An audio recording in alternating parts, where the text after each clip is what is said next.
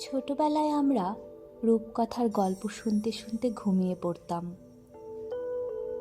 আমরা অনেকেই এখনো রাতে ঘুম না আসতে চাইলে গান বা গল্প শুনতে শুনতে ঘুমিয়ে পড়ি।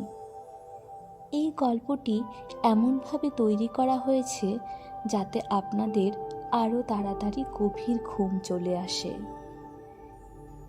চলুন শুনি আজকের গল্প, সর্পগন্ধার সেতু। হাজার হাজার বছর আগেকার কথা। এক সময় আদিত্য নামে এক ভাস্কর ছিলেন। লোকে বলতো সারা দুনিয়ায় এমন শিল্পী নাকি আর জন্মায়নি। আদিত্যের হাতের তৈরি পাথরের মূর্তিগুলি যেন কথা বলতো। আদিত্য মানুষটির আত্মসম্মান বোধ ছিল অতি প্রখর। কখনো কারো কাছে মাথা নত করতেন না, তাই অতি কষ্টে তার দিন কাটত। বলতেন শিল্পীর হাতই পৃথিবীর সবচেয়ে শক্তিশালী হাত। শিল্পীর হাত কখনো হার মানে না। মৃত্যুর সময় আদিত্যের ঘরে একটি পয়সাও ছিল না। ছোট ছোট দুটি ছেলে মেয়েকে কেমন করে মানুষ করবেন এই চিন্তায় আকুল হয়ে আদিত্যের স্ত্রী যখন কাঁদতে লাগলেন, তখন আদিত্য তাকে বুঝিয়ে বললেন, সুসন্তানের চেয়ে বড় ধন দৌলত জগতে আর কিছু নেই। ছেলে মেয়ে যদি ভালো হয়, গুণের হয়, তাহলে তোমার আর কোনো কষ্ট থাকবে না। গুরুর আশ্রমে পাঠিয়ে তাদের শিক্ষার ব্যবস্থা করে দিও। শিক্ষা শেষ হলে আশেপাশের দেশগুলি ভ্রমণ করতে পাঠিয়ে দিও। এইভাবে তারা বড় হয়ে সব রকম জ্ঞান লাভ করতে পারবে। শিল্পীর মৃত্যু হলো। আদিত্যের স্ত্রী ছেলে আর মেয়েকে স্বামীর উপদেশ মতো গুরুর আশ্রমে পাঠিয়ে তাদের ভালোভাবে শিক্ষিত করে তুললেন। তারপর গুরুর কাছে পড়াশোনা শেষ হলে তাদের দেশ ভ্রমণে পাঠিয়ে দিলেন। কর্মকেতু আর মঞ্জুমায়া দুই ভাই বোন মায়ের আশীর্বাদ নিয়ে দেশ ভ্রমণে বেরিয়ে পড়ল। ৩-৪ মাস ধরে ভ্রমণের পর তারা পৌঁছালো প্রভামেরু রাজ্যের সীমানায়। সেখান থেকে গেল রঙ্গপুরম নামের একটি খুব সুন্দর নগরে।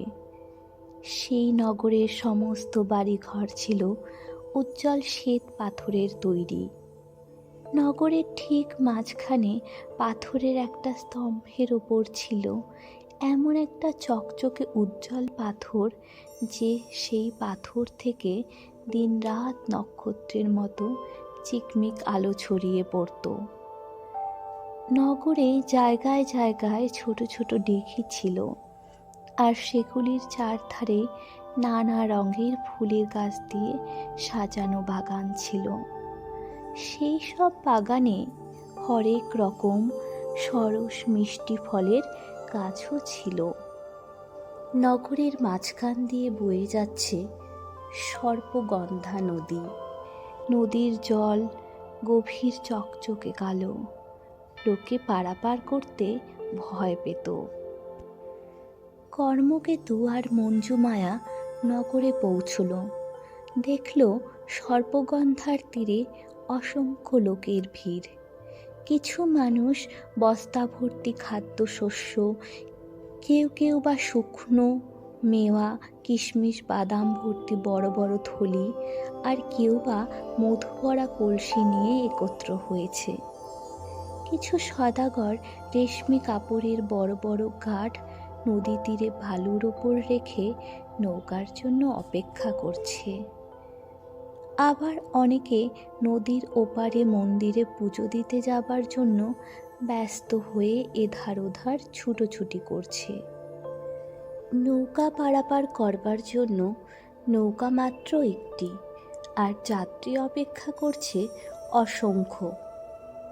নৌকাটি তীরে ঠেকা মাত্র তাতে উঠবার জন্য হুটোপুটি পড়ে গেল। চিলের মতো লোকেরা ঝাপটাঝাপটি শুরু করে দিল নৌকায় একটু জায়গার জন্য। কর্মকেতু এক বুড়ো যাত্রীকে জিজ্ঞাসা করল, নদী পার হতে আপনাদের এত ঝঞ্ঝাট, এত কষ্ট, তাহলে আপনারা নদীর ওপরে সেতু তৈরি কেন করান না? নিরুপায় যাত্রী কর্মকেতুর দিকে তাকিয়ে বলল, 700 বছর ধরে মানুষ করে নদী পার, নদীর ওপর পুল বাঁধতে কষ্ট হলো সার। এমন মানুষ কোথায় আছে বাঁধবে এতে পুল? চওড়া বিশাল নদী এ যে, পায় না মানুষ কুল। কে আছে যে বাঁধবে সেতু, কষ্ট মোদের চিরতাকাল, মন্দ কপাল হেতু। কর্মকেতু আর মঞ্জুমায়া বুড়োর দুঃখের ছড়া শুনে খুবই দুঃখিত হলো। ভাই বোনে ঠিক করলো যে নদীর ওপর তারা নিজেরাই সেতু তৈরি করবে। তাদের এই সংকল্পের কথা শুনে রঙ্গপুরম নগরের লোকেদের মহা আনন্দ। ভাস্কর আদিত্যের শিক্ষা নৈপুণ্যের গল্প তারা আগেই অনেক শুনেছিল। কর্মকেতু আর মঞ্জুমায়া ভাস্করের ছেলে মেয়ে শুনে তাদের মনে যত ভরসা ততই আনন্দ। সকলের মুখে কর্মকেতুরই গুণের কথা। এই দেখে বোন মঞ্জুমায়ার মনে একটু হিংসা হলো। সকলেই তার ভাইয়ের গুণগান করছে, অথচ তার গুণের কথা তো কেউই বলছে না। তাই সে ঠিক করলো সে নিজেও একটা সেতু তৈরি করবে, আর এমন সেতু তৈরি করবে যা কর্মকেতুর তৈরি সেতুর চেয়ে অনেক বেশি মজবুত, আর সেটি হবে আরও সুন্দর। এবার ভাই বোনের মধ্যে ঠিক হলো এক রাতের মধ্যে সেতু তৈরি করতে হবে। যারটা আগে হবে তারই জয়। সূর্যাস্ত থেকে সূর্যোদয় পর্যন্ত সময়। যার পুল পুরো তৈরি হবে না বা যার পুল সুন্দর হবে না, তাকে অপরের কাছে হার মানতে হবে। মঞ্জুমায়া ঠিক করলো সর্পগন্ধার পশ্চিম দিকে সেতু তৈরি করবে। সেতুর জন্য সে দুত্ত, পাথর, কাঠ ইত্যাদি আনাবার ব্যবস্থা করে ফেলল, আর সঙ্গে সঙ্গে কাজ আরম্ভ করে দিল। রাত যখন কেবল অর্ধেক হয়েছে, তার মধ্যেই মঞ্জুমায়ার সেতু প্রায় তৈরি হয়ে গেল। সেতুটি এত সুন্দর দেখাচ্ছিল যে তা দেখে মঞ্জুমায়ার আনন্দ আর ধরে না। সে এবার গেল নগরের দক্ষিণ দিকে ভাইয়ের সেতু কেমন হয়েছে তাই দেখবার জন্য। গিয়ে তো অবাক, কোথাও কিছু নেই, না আছে সেতুর নামগন্ধ, আর না দেখা গেল ভাইকে। দাঁড়িয়ে থাকতে থাকতে তার চোখ পড়ল পাহাড়ের ঢালের দিকে। মনে হলো অনেক সাদা ভেড়া যেন নেমে আসছে। চাঁদের আলোয় সেই সাদা ভেড়াগুলিকে মঞ্জুমায়া আস্তে আস্তে এগিয়ে আসতে দেখল।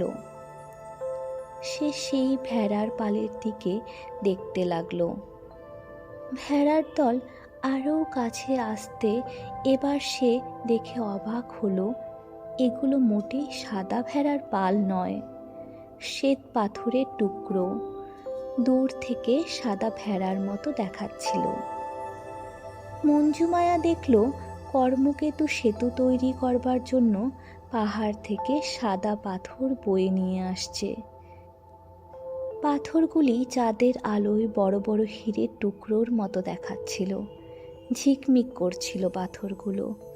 মঞ্জুমায়া বেশ বুঝতে পারল এই পাথরে তৈরি সেতু কত সুন্দর আর মজবুত হবে।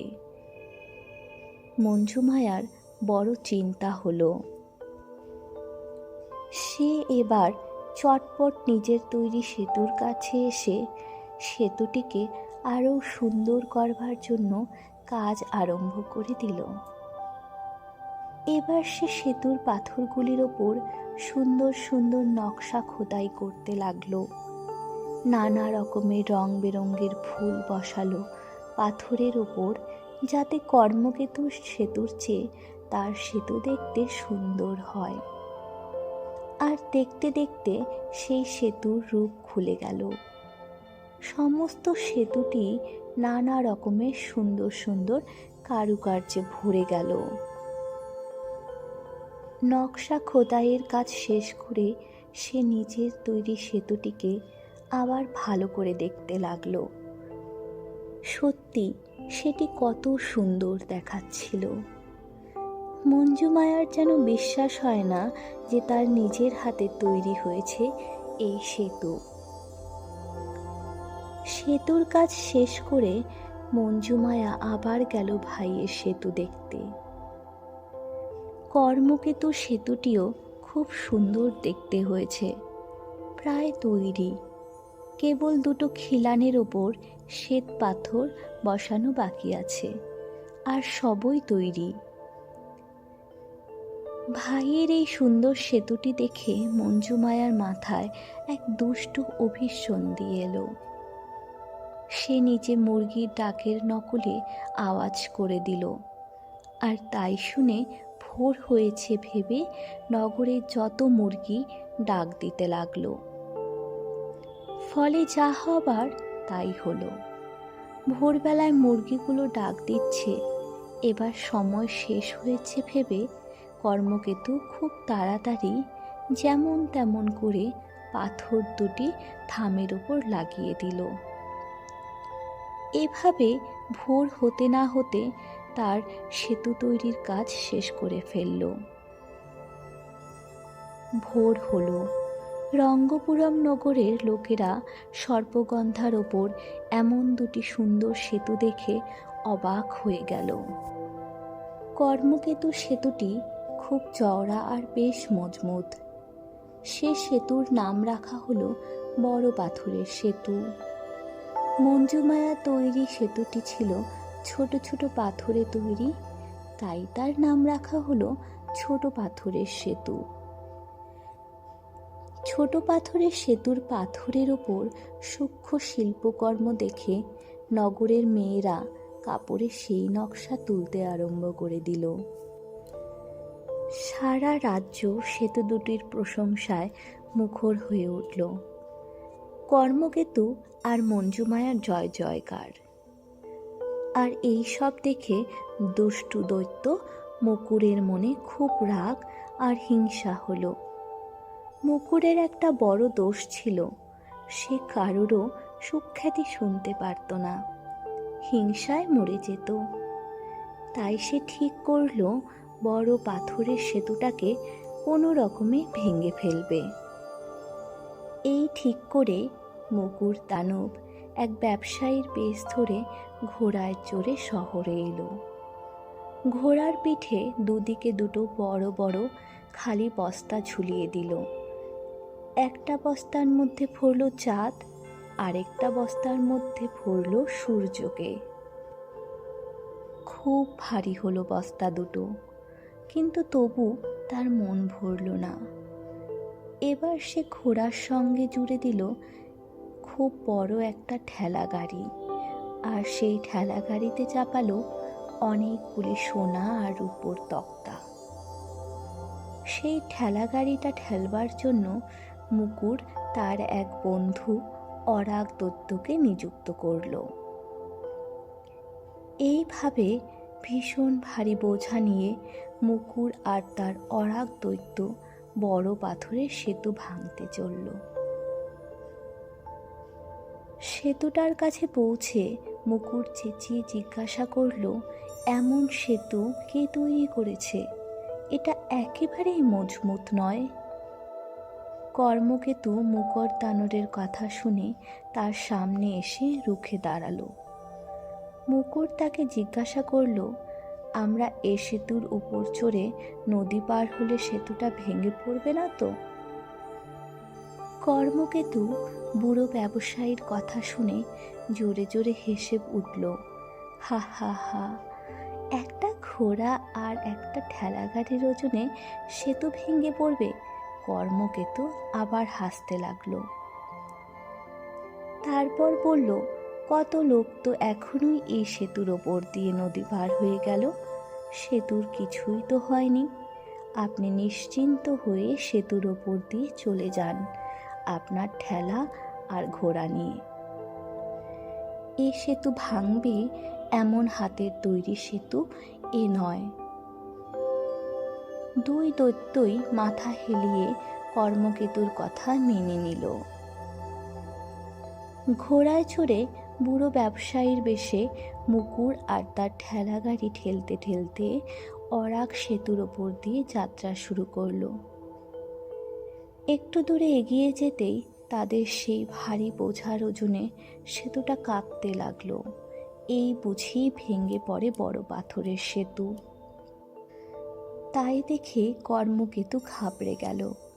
আর তখনই তার মনে পড়ল তার বাবা আদিত্য ভাস্করের কথাটি। তিনি বলতেন, শিল্পীর হাত পৃথিবীতে সবচেয়ে শক্তিশালী হাত। সে হাতের কখনো হার হয় না। কথাটি মনে পড়ার সঙ্গে সঙ্গে কর্মকেতু সেতুটির নিচে গিয়ে দুহাতে সেতুটিকে ধরে রইল। আর তখন দেখতে দেখতে মুকুর আর অরাক দানব নিজেদের সেই অমানসিক বোঝা নিয়ে সেতু পার হয়ে গেল। সেতু ভেঙে পড়ল না। মুকুরের চেষ্টা ব্যর্থ হলো। সে হেরে গিয়ে বন্ধুকে নিয়ে পালিয়ে গেল। আজও রঙ্গপুরমের কাছে সর্পগন্ধা নদীর ধারে সেতু হাজার হাজার বছর ধরে দাঁড়িয়ে আছে। সেতুটির ওপর এখনও আছে মুকুর দানবের ঘোড়ার খুরের দাগ। আর সেই সেতুর তলার দিকে একটি মানুষের দুহাতের চিহ্ন। তার কাছেই পাহাড়ের গায়ে লেখা আছে, শিল্পীর হাত পৃথিবীতে সবচেয়ে শক্তিশালী হাত। সে হাতের কখনো হার হয় না। এই মিউজিকটি আমরা আরেকটু সময় না হয় শুনি। আজকের মতো শুভরাত্রি।